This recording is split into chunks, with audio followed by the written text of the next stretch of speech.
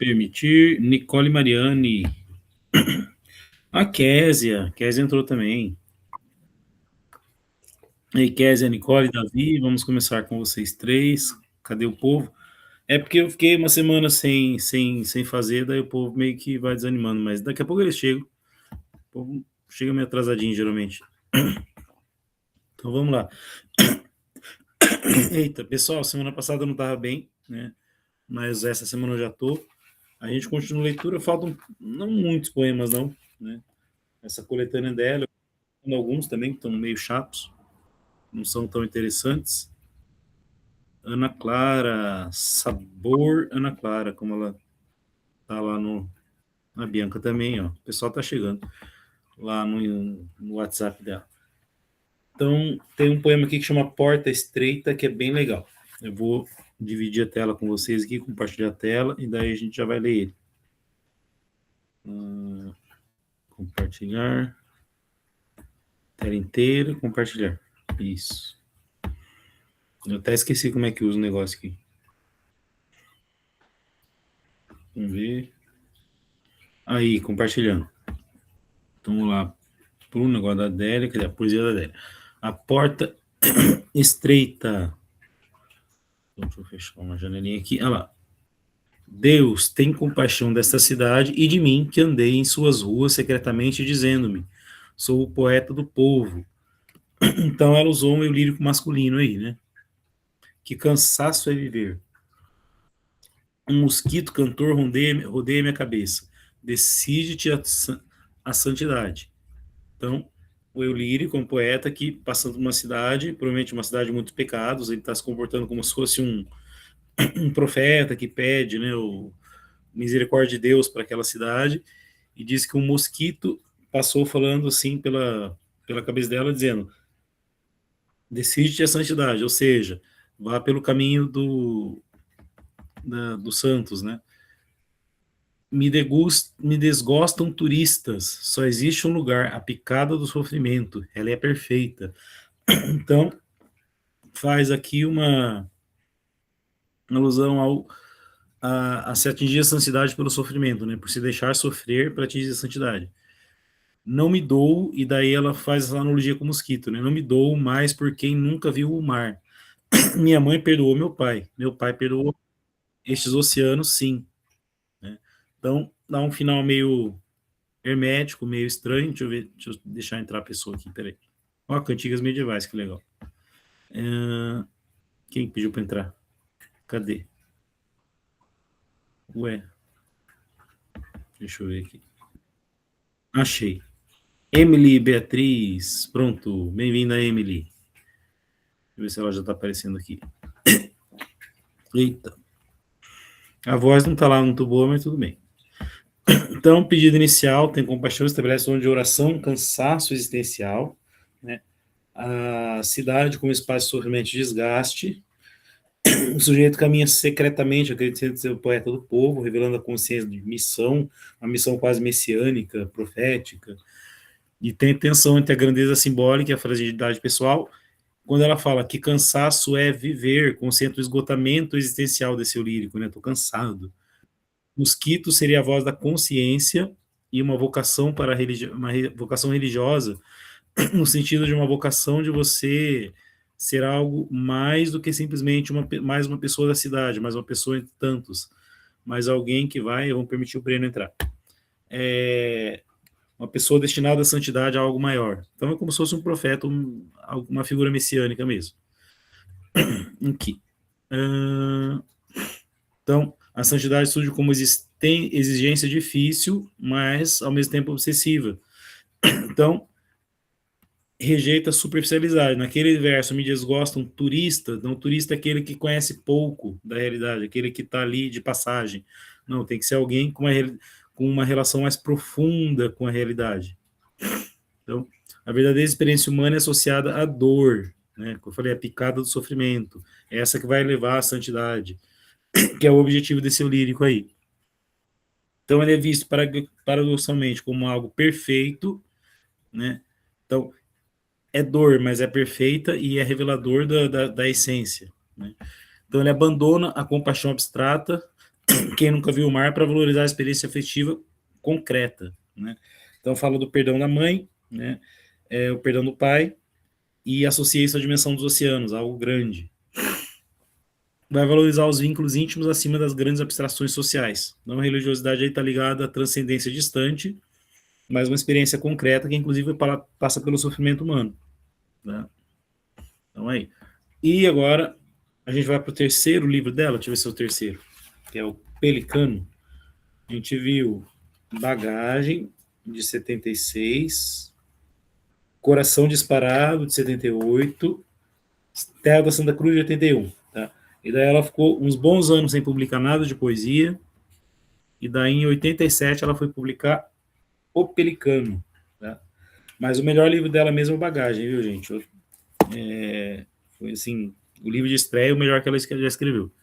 Então, fibrilações. Vamos lá. Aí tem a ver com o coração. Tanto faz, funeral ou festim. Tudo é desejo, o que repercute em mim. Deixa eu aumentar a tela aqui. Isso. Mais. Agora tá bom. O coração incansável, a ressonância das coisas. Mais um pouquinho. Aí. Amo, te amo, assim triste, ó mundo. O homem é tão belo que me paralisa. Te amo, uma língua só. Um só ouvido, não absoluto. Te amo. Certa erva do campo tem as folhas ásperas, recobertas de pelos. Te amo, digo desesperada. De que palavra venho em meu socorro? A relva estremece, o calor para ela é aragem. Então, vou aqui. Isso. Então, fibrilações, movimentos rápidos e involuntários do coração. Né? Intensidade emocional e afetiva. Gente, daqui a pouco ela vai começar a falar de um tal de um Jonathan, e vai até o livro seguinte falando desse tal desse Jonathan, se apaixonada por ele, tá? Então aproxima experiências opostas, funeral ou festim, né, que são duas ocasiões, uma ocasião de intensa tristeza e uma de intensa alegria, indicando que tudo repercute nesse sujeito como um desejo, né? Então uma alegria pela vida por si só. A vida parece marcada pela sensibilidade extrema às coisas do mundo, né? Então tudo vai provocar grande fibrilação nela, por isso que por esse título, fibrilação, né? O coração sempre batendo de maneira involuntária. Ele é personificado como um órgão incansável da emoção. A repetição do eu te amo vai reforçar o quê? Essa insistência, né, a intensidade do sentimento. Então, o amor é dirigido ao mundo e a esse homem amado com que ela está falando, que a gente não sabe quem é. Né? A beleza do outro provoca paralisação, revelando fascínio, né? Ela fica fascinada, vulnerável por ele. Então tem essa sensação de insuficiência de linguagem diante da experiência humana, não consegue falar tudo em palavras. Ele procura a palavra capaz de expressar plenamente o que sente e não acha. Então a natureza serve como espelho da emoção humana. Ela começa a falar da erva áspera que valoriza o detalhe no concreto sensorial. Então não consigo expressar tudo. Ela fala de uma erva áspera. O estremecimento da erva vai traduzir o quê? O amor e a ação do amor. Então, para a relva, né, o amor é aragem. Então, força leve, invisível, transformadora.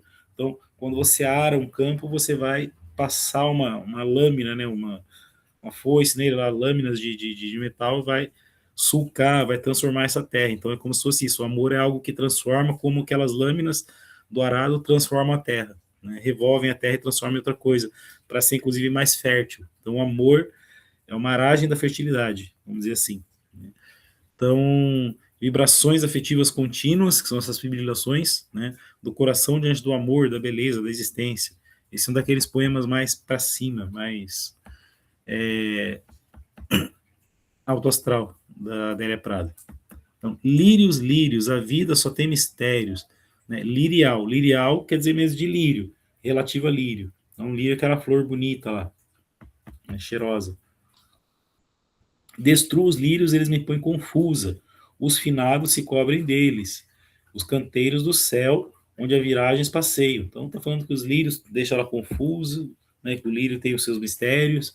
E aí, esse lírico diz que destrói os lírios por causa disso, que o lírio vai cobrir finados, né, pessoas mortas e canteiros do céu, onde as virgens passeiam. Como cabeças de alhos, os bulbos ficam na terra do lírio, né, esperando novembro para que eu padeça. Como pessoas, essa flor espessa, né, branca, d'água, roxo lírio, lírio amarelo, um antilírio, lírio de nada, lírio de flor, eu gosto dos brancos.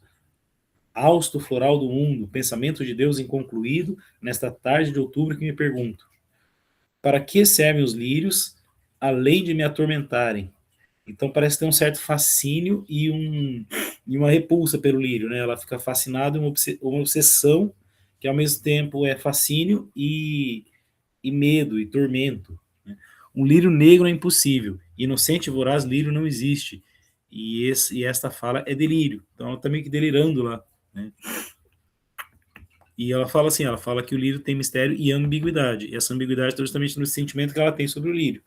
Então ela vai transformar a flor num pivô assim, de muitos sentimentos, né? Num gatilho de muitos sentimentos. Fascínio e inquietação diante do lírio. Então, ao mesmo tempo que ela fica fascinada, ela fica inquieta por causa deles. Estão associados tanto à morte quanto à pureza celestial. Né? As virgens do céu, os canteiros do céu, os finados, né? Os lírios lá nas coroas de flores. Então surge a tensão entre espiritualidade e sofrimento.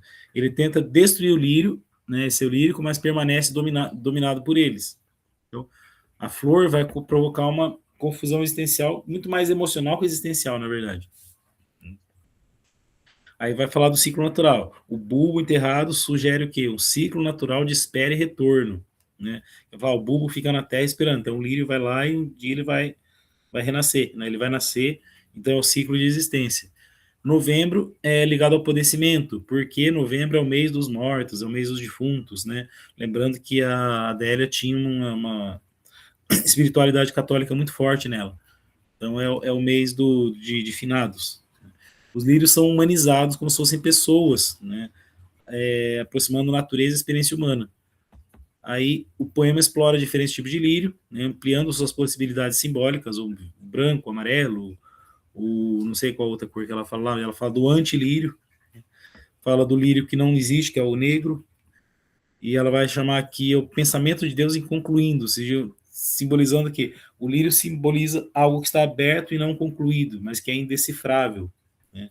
Então é como se o lírio fosse algo que ficou assim, ó, aberto, indefinido. Então ela já vai dialogar com questionamento existencial. Então a pergunta que ela faz sobre a utilidade dos lírios vai revelar uma busca de sentido para a beleza e para o sofrimento que, né, esse lírio vai provocar nela. Então o lírio negro reforça a ideia da pureza idealizada. Né? No verso final, ela vai reconhecer que o caráter excessivo diante dessa, né, que ela mesma está delirando diante disso. Né? E o conteúdo, o título vai dialogar com o conteúdo porque lirial é relativo a lírio. Né? Ok? Estão gostando desses poemas, gente? Depois eu vejo o que vocês escreveram aqui. Chega fim de ser, se eu sou só o bagaço. Uai, cadê o povo? Tá aí. Ó, tem um monte de gente aqui. Deixa eu ver quem tá aqui. Epa. Onde que eu olho as pessoas? Ana Clara. Tinha um lugarzinho aqui que eu consegui olhar. Deixa eu ver. Aqui. Ana Clara, Davi, Bianca, Kevin. E sei lá. Me perdi aqui, mas tudo bem. Vamos lá. Voltar para a poesia dela. As 6 baladas do entardecer. Cantores populares do Brasil fizeram fama e fortuna cantando-lhe o doce encanto. Então, cantores populares ficaram famosos, né, ricos, cantando os encantos do Brasil. Pinhos plangearam, mágoas rolaram, dolentes, flores após langores, até lívidas papoulas estremeceram de frio nestes versos.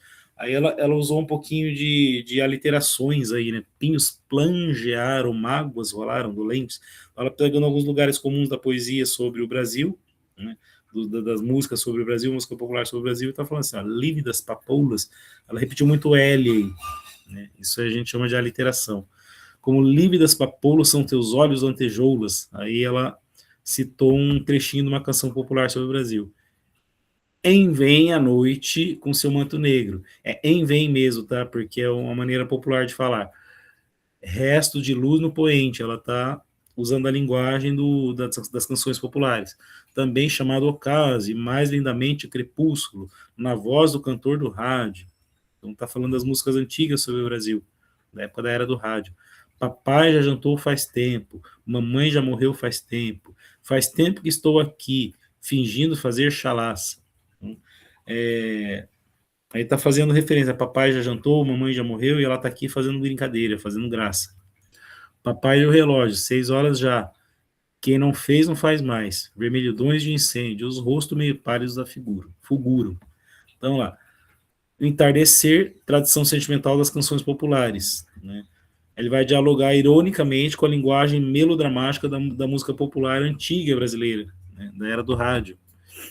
Então, há uma referência ao sentimentalismo típico dessas canções sobre o crepúsculo, né, que é o fim de tarde, a saudade, etc.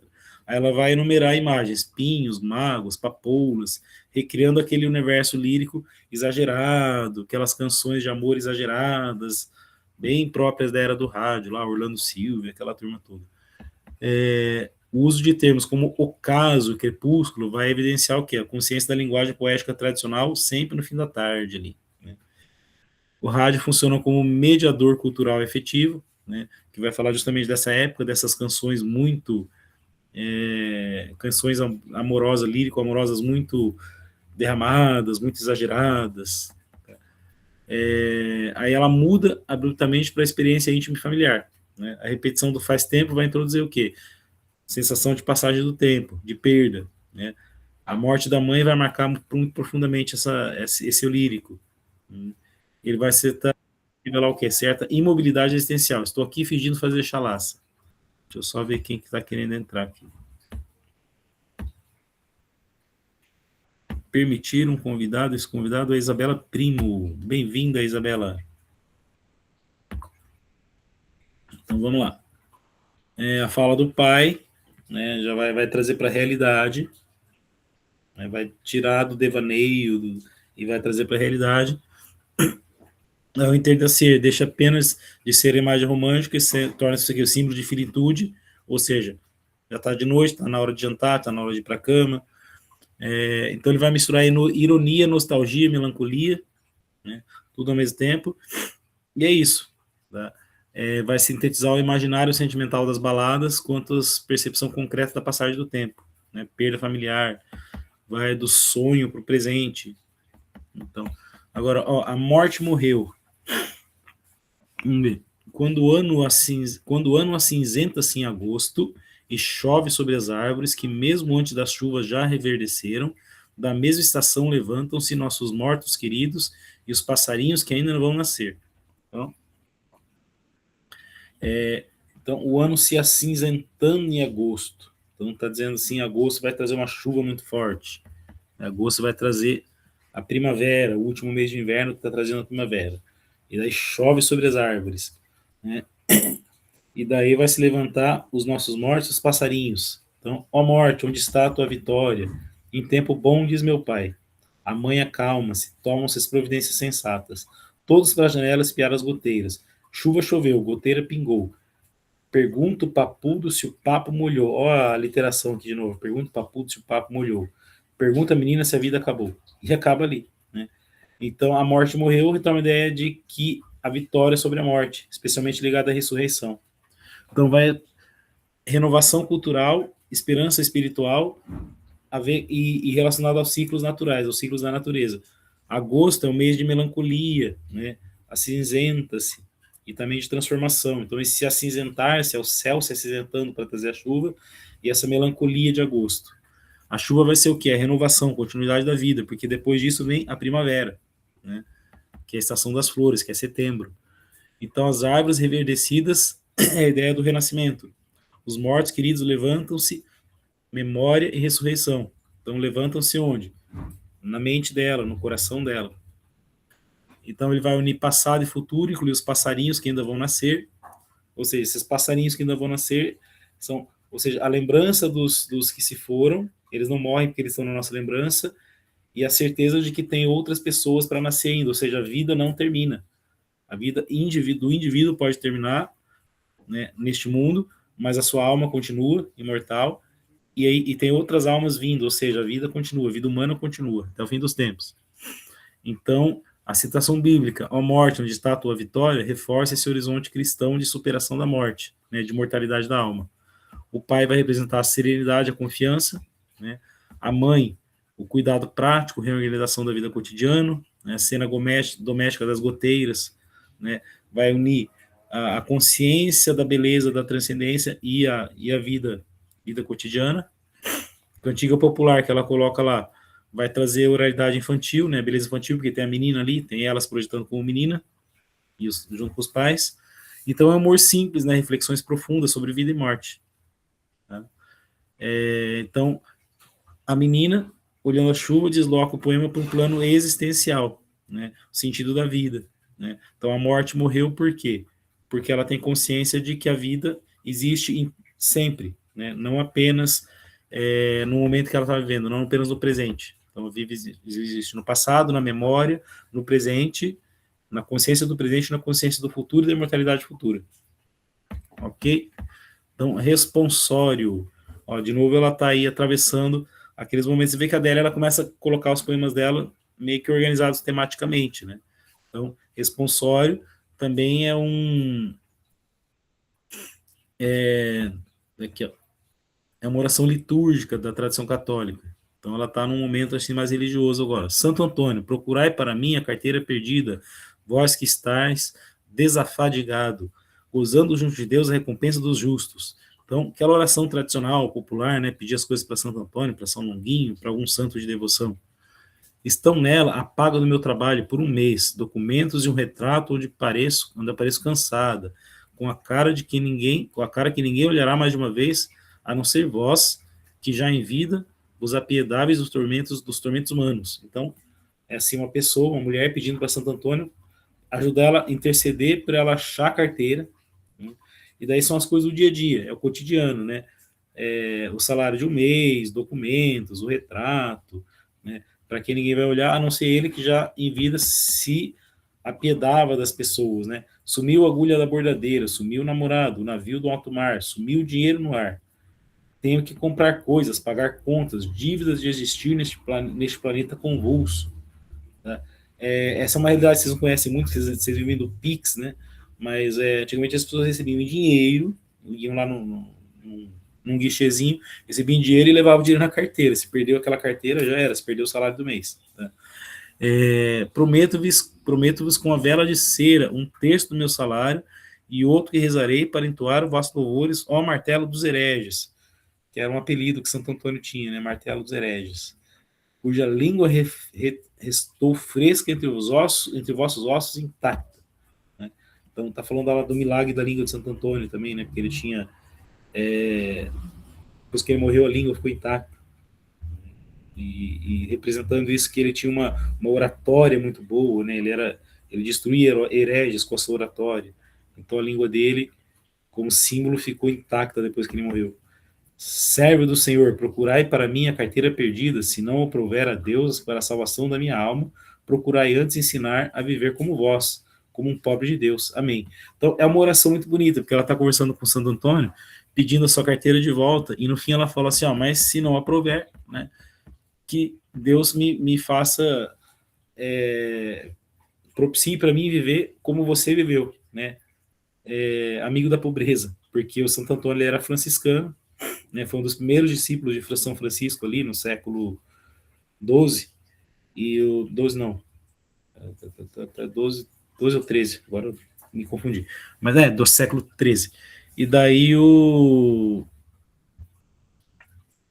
Santo Antônio viveu entre pobres, né? Ele era rico, ele era filho de um nobre português e tudo, e ele largou tudo e foi viver na pobreza junto com São Francisco, né? Com frades franciscanos. E naufragou, foi parar na costa da Itália, né? Ele ia para a África, foi para na Itália, enfim.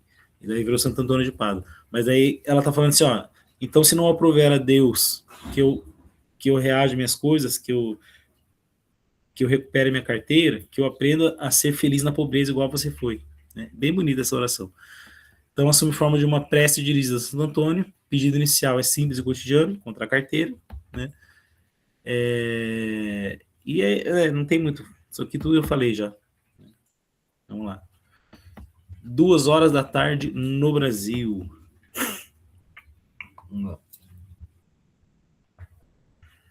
Deixa eu ver se tem mais coisinhas sendo dita aqui. Achei aqui, ó, todo mundo tá aqui.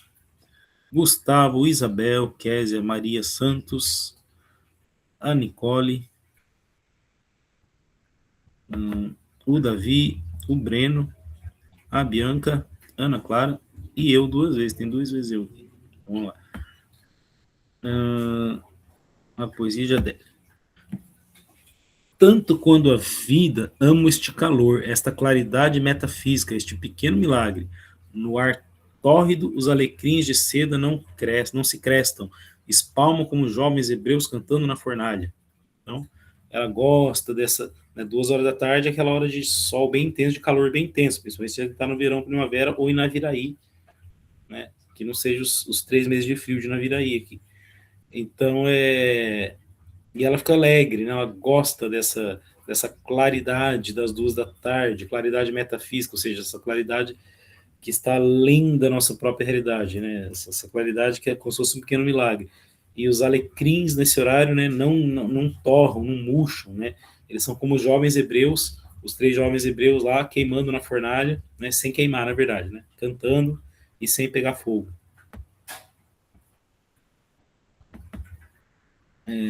Quem sofre é meu coração às 2 horas da tarde, quer rezar. Então, ela tá feliz, mas o coração sofre. Quem me chama é Deus? É seu olho centrífugo que me puxa? A vida tão curta e ainda não tenho estilo. Ó, você vê que ela tá de novo na vertente religiosa, né, espiritual.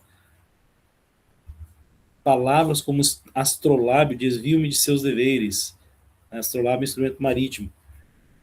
A forma de um nariz por semanas ocupa-me de seu jeito triste de fechar a boca. A quem ama, enfim. Então, 2 horas da tarde no Brasil, aquele calorão gostoso, não sei o que, ela gosta daquilo, mas o seu coração está inquieto. Acaso fui seduzida pelo filho do homem e confundo você mesquinho, confundo você vaidoso, com o que me quer com ele, gemendo na sua cama de cruz? O europeu disse aturdido pelo desperdício do sol. Obrigada, respondo, com vergonha de carnaval, de batuques, de meus quadris excessivos. Jesus é búlgaro, afegão, holandês da colônia? Brasileiro não é. Estranhíssimo, sim, com seu corpo desnudo e perfurado, mendigando carinho igual ao meu. Minha pátria, como as outras, está começando a chover, a fazer barulho, espero que vocês ouçam o que eu estou falando. Tem folclore, cantigas cheias de melancolia. Como posso aceitar que morreremos? E a alma do povo, a quem aproveitaria? Frigoríficos são horríveis, mas devo poetizá-los para que nada escape à redenção. Frigorífico do jiboia, carne fresca, preço joia. E o que ela está viajando bastante, né? De novo, quero rezar para não ficar estrangeira. Meu Deus, por que me abandonastes? Dizei-me quem sois vós e quem sou eu.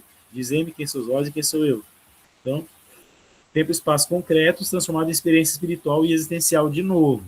Então, ela sai de uma experiência de algo concreto, simples, banal, cotidiano, né, que é um horário do dia, num lugar específico, e transforma numa experiência, num questionamento existencial e espiritual.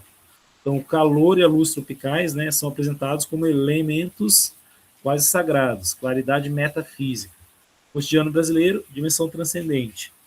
Então, os alecrins, vai remeter ao episódio bíblico dos jovens hebreus na fornalha, né, que não morreram, estavam cantando lá sem morrer. O coração do lírico sofre e busca uma oração.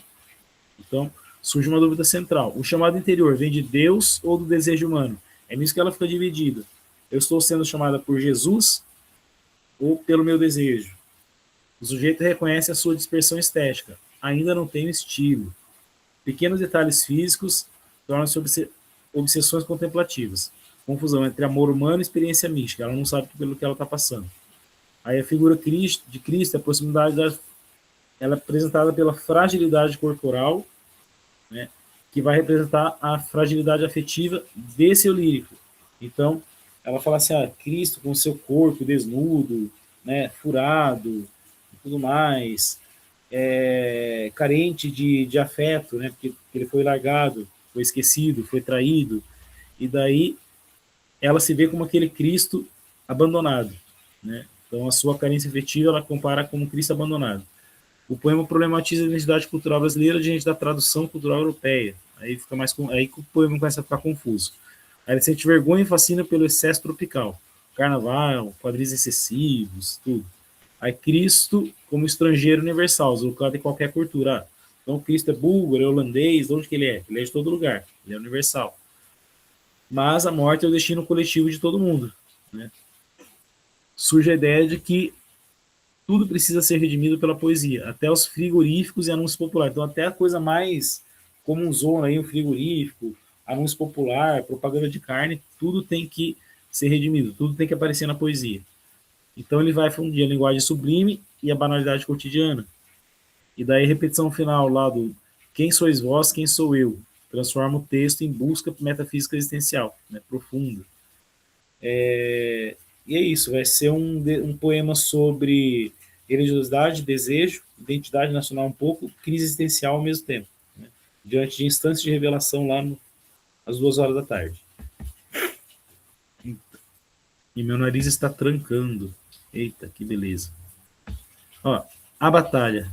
Perdi o medo de mim. Adeus. Vamos começar com esse verso. Perdi o medo de mim. Adeus. Vou às paisagens do frio, atrás de Jonathan. Gente, ó, agora começou o ciclo do Jonathan. Acho que todos os poemas finais selecionados desse livro, O Pelicano, e os do livro seguinte, que é. Eu já até comecei a transcrever algumas aqui, deixa eu ver. Vão ser sobre esse bendito esse Jonathan, que é A Faca no Peito. Também vai ser sobre Jonathan, tá? Jonathan vai ser a figura central aqui. Deve ser assim que se vive. Peraí. Ela, na embriaguez deste voo, ao rumo da morte. Amo Jonathan. Eis aí o monocórdico, diarreico assunto. Olha que engraçado. Um assunto monocórdico é que não sai do mesmo tom, um assunto repetitivo. E ao mesmo tempo ele é diarreico, ou seja, ele sai como um jogo, né, de diarreia. Ele quer te ver, alguém disse no sonho. E desencadearam-se as formas onde Deus se hominiza. Nossa, então ela vê assim o Jonathan é como se fosse o Deus hominizado, Deus feito homem. Pode-se adorar tufos de grama, areia, não se descobre de onde vêm os oboés. Jonathan quer me ver, pois que veja, o diabo uiva algemado nas profundezas do inferno, enquanto eu tiro o corpo da roupa. Então, batalha é um conflito interior, ligado ao desejo, né? Aí, ela perdeu o medo que ela tinha dela, ou seja, ela venceu uma batalha interior. E agora ela vai se deslocar para onde? Para o Jonathan. O Jonathan é uma figura de amor, de atração intensa, né? Um deslocamento físico e emocional. O Eurírico vê a vida como experiência vertiginosa, orientada pela morte. O amor é apresentado como forma objetiva. Amo Jonathan. Autocrítica irônica, monocórtico, diarreico assunto, ou seja, aquele que não para, coisa chata, insistente. Né? A diarreia também não para de sair, ela jorra. O sonho funciona como espaço de revelação e anúncio. A presença de Deus aparece difusa, escondida nas formas do mundo, né? Deus hominizado. Então, experiência amorosa, experiência mística. E ela não vai parar de falar do Jonathan. Música dos oboés simboliza o mistério, transcendência inexplicável. O diabo, impotente, algemado, sugerindo suspensão da culpa moral. Né? Então, o gesto final de tirar a roupa indica o desnudamento físico e existencial. Né? Uma libertação diante do desejo do próprio corpo. Né? Enquanto ela fica obcecada pelo tal do Jonathan. E é isso. Vai ser um momento assim de experiência existencial própria, espiritual própria. Então esse Jonathan surge como um símbolo o tempo todo, né? Caderno de desenho, olha o Jonathan de novo. Quem verazmente, ou seja, verdadeiramente se importa de que esteja tão abatida com as respostas do oráculo. Oráculo, aquele que prevê o futuro. Ele me ama? Perguntei. Por 4 vezes respondeu silêncio, conflito, infortúnio e outra vez o silêncio. Terá vosso amor, ó Deus, tanta beleza? Vós que não tendes mãos nem pés, nem aquele nariz perfeito, por quem ardo até a última estrela. Então, está falando Deus invisível. Né? Então, terá o amor de Deus tanta beleza como daquele homem que eu amo? Se Jonathan me amasse... de novo lá. Mas quem me ama é João. Eu amo Jonathan desde os 12 anos. Desde a única boa lembrança da irmã Guida, que me ensinava desenho, as formas escapando de conselhos, doutrinas mais antigas que o pai e a mãe, mais antigas que o avô, reclamando de mim uma providência para que perdurasse e ficasse ali comigo no caderno. Então, ela vai falar assim, mas quem me ama é o João, não é o Jonathan, que eu amo desde os 12 anos, quando eu aprendi desenho, por isso caderno de desenho. Daí ela começa a lembrar das suas lições de desenho lá, né? A irmã Guida ensinando ela a desenhar. Eu desenhava mal entusiasmadamente, né? Furando o papel com um lápis. Então, desenhava ali com força, furando o papel. Querendo expulsar de mim, hoje sei, e queria não saber mais, aquela beleza mortal. Eu lutava com o anjo, né? O mensageiro que nunca mais me deixou. Que nome tem o que não morre? Né? O nome de Deus é qualquer, quando nada responde, assim uma alegria poreja. Então, é o espaço de criação da memória, né, da tentativa de fixar formas e emoções, e ela desenhando lá aos seus 12 anos, amores, arte, espiritualidade, experiências inseparáveis, e aparece o Jonathan de novo ali. Então ele inicia um estado de angústia diante do silêncio do oráculo, né? Não responde, o oráculo não responde para ela sobre esse amor. E ela consulta, ele me ama? Não recebe respostas. Aí o silêncio parece como um elemento central da relação entre o destino e com Deus. Aí ela fala do amor divino, abstrato e a beleza concreta da pessoa que ela ama, do amado. Então ele é associado a uma paixão antiga, persistente, esse Jonathan que ela não consegue esquecer. João é o amor possível e real, é quem ela conhece ali, né? Aquele que gosta dela. A memória escolar vai entre a irmã Guida, aprendizado do desenho. Né? Desenho é a tentativa de capturar as formas da existência. Tá? Então, como é que ela vai desenhar o que ela não quer esquecer? Né? Ela vai gravar ali no papel o que ela não quer esquecer. E agora ela grava com palavras, com a poesia. Então, as formas são anteriores à cultura, família, são arquétipos. Então, o que ela vai desenhar ali é algo ancestral que está ali nela, que ela vai tentar concretizar naqueles desenhos. Então, é uma luta para dar permanência a algo que ela não pode captar, algo que passa, né? A um sentimento, algo que ela não sabe explicar o que é. Então, ela vai tentar imortalizar ali, né? Deixar captado ali. Então, a beleza mortal como força intensa e dolorosa. Aí, a referência bíblica, né, do Jacó lutando com um anjo, né, simboliza o combate espiritual existencial. Né? Esse mensageiro representa a revelação, inquietação, né, que nunca abandona essa pessoa. Então, ela foi tragada por esse sentimento lá aos 12 anos e ficou com isso para sempre. Ela luta com esse anjo, como se ela tivesse Jacó lutando com o mensageiro do Senhor ali. Então questiona o nome daquilo que não morre, ou seja, esse sentimento. Como é que eu posso dar um nome para aquilo que não morre, que é esse sentimento que está em mim? Né? Então afirma a experiência paradoxal de fé. Mesmo sem resposta, ela permanece numa alegria essencial. Né? Então o caderno vai simbolizar o espaço onde ela vai tentar registrar e compreender e preservar a beleza, o desejo, né? Esse mistério, esse sentimento que ela não consegue registrar em palavras, talvez. Porque ela questiona lá, como é que se chama aquilo que não pode morrer? Mais um para hoje, ó. Pranto para comover, Jonathan. Os diamantes são indestrutíveis, mas é o meu amor. Então, os diamantes são consideradas indestrutíveis, mas o meu amor é mais indestrutível que um diamante. O amor é imenso, meu amor é maior. O mar é imenso, meu amor é maior. Então ela vai fazendo essas comparações. Diamante indestrutível, o amor dela é mais. O mar é imenso, o amor dela é maior do que o mar. Isso aqui me lembrou um poema do Drummond. Mais belo sem ornamentos do que um campo de flores. Então, o amor dela é mais bonito do que um campo de flores. Mais triste do que a morte. Mais desesperançado do que a onda batendo no rochedo. Então, as imagens que ela vai usar. Então, é mais bonito que um campo de flor, é mais triste do que a morte, então ele é mais forte, mais intenso do que tudo que você pode imaginar, né? Então, uma onda batendo no rochedo, ou seja, ela bate, bate, bate, não acontece nada com o rochedo. Então, ele é mais esperançado do que essa imagem da onda, né?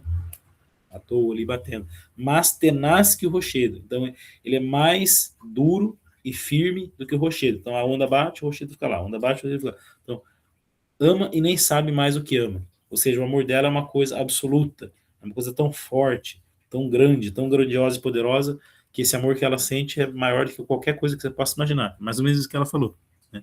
É um pranto para comover o Jonathan, né? É uma súplica amorosa, porque o Jonathan não sabe nem que ela existe, talvez, né? Não está nem aí para ela. Então, assume um tom hiperbólico, ela está fazendo hipérboles aqui, né? Essas comparações são grandiosas, são exageradas, então hipérbole. Diamante, permanência e resistência, né? Indestrutível. O mar, imensidão, profundidade emocional. Belo, mas sem ornamentos, ou seja, ele não tem um monte de enfeites e ainda assim ele é mais bonito do que um campo de flores. Então, a beleza hiperbolizada aí, exagerada.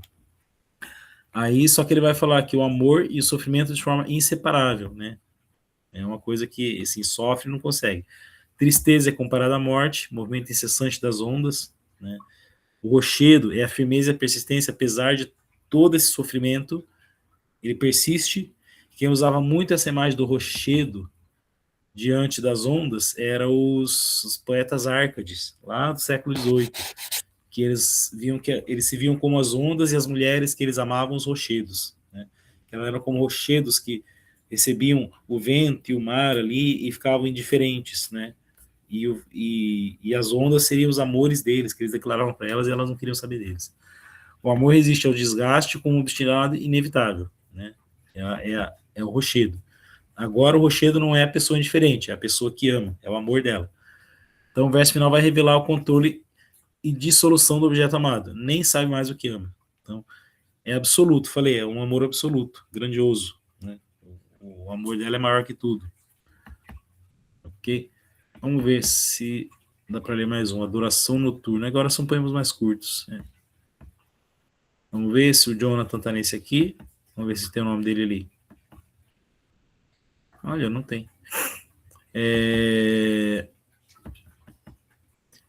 como um olhar imóvel. Beija-me quando assim me tomas, admirados, de que não repilas consideração. Não é a que tem desejos e sandálias? Vossos pés me ocupam, vossos dedos cuja perfeição esgota a eternidade. Quem mais adora quando me arrebatas? Meus sapatos são os vossos, de ouro. Iguais são nossos joelhos, as rótulas sobre as quais eu ou vós descansamos as mãos, necessária como Deus, coberta de meus pedaços, resplandeço. Então aí ela vai fazer assim, é uma experiência, né, de contemplação intensa durante a noite, né, entre o amor humano e a devoção religiosa, né? Então essa vai ser essa experiência noturna. Então ele vai construir uma atmosfera de suspensão de intimidade, de suspensão e intimidade. Então, esse olhar imóvel, ela está conversando com o quê? Com Deus, provavelmente. Inicial indica fascínio e entrega contemplativa. Ele é observado por outros estranhos e com estranhamento e piedade. Então, gera tensão de desejo corporal e espiritualidade. Referente a essas sandálias, aproxima o sujeito de uma figura humilde, peregrina, quase bíblica. O amado é descrito por fragmentos corporais, pés, dedos, valorizados à forma quase sagrada. Então, a perfeição física assume dimensões transcendentes, esgota a eternidade, ou seja, vai além da eternidade. Aí tem as fronteiras entre o eu e o outro. Eu ou vós, né? Compartilhamento de sapatos e joelhos sugere identificação profunda, né? Ela se confunde com ele. O ouro vai simbolizar o quê? A preciosidade, ó, já está vindo outro livro aqui. A gente começa, acho que provavelmente semana que vem, né? Preciosidade e sacralização dessa experiência amorosa. Então, o gesto de apoiar as mãos no joelho lembra a atitude de oração e recolhimento. Ele percebe que, simultaneamente, pecador e iluminado, a expressão necessária como Deus eleva o amor à condição da necessidade absoluta. Eu preciso disso. O poema vai fundir um certo erotismo, uma culpa, né, transcendência numa única experiência emocional, que ela aquela experiência de desejo, questionamento existencial, tudo ali. Tá? Então, tanto no plano amoroso quanto no espiritual, eles se confundem aqui, né, numa experiência mística, de desejo e de questionamento existencial de novo. Tá? E meu nariz está muito, muito trancado. Ó, ainda vai ter um ano depois ela publicou A Faca no Peito, que a gente vai ler semana que vem. Tá? Gostaram dos poemas de hoje? Deixa eu voltar aqui para vocês. Aqui. Aí, curtiram? Sim, também gostou? Beleza, deixa eu tirar o compartilhamento. Beleza, gente? Então, semana que vem, última sexta-feira do mês de maio, a gente vai ver os poemas do Faca no Peito. E já estamos quase terminando esse livrinho aqui da Adélia. Mas em junho a gente termina. Beleza, gente? Obrigado pela presença de vocês hoje. Tá? Espero que tenham gostado de todos os poemas. E a gente vê sexta que vem, que vai ser dia 29. Isso, tá certo? Então, dia 29 a gente se vê. Boa noite, gente. Até mais. Deixa eu encerrar a gravação. Ih, eu não gravei? Não, gravei sim. Parar a gravação. Ah, que bom. Até mais.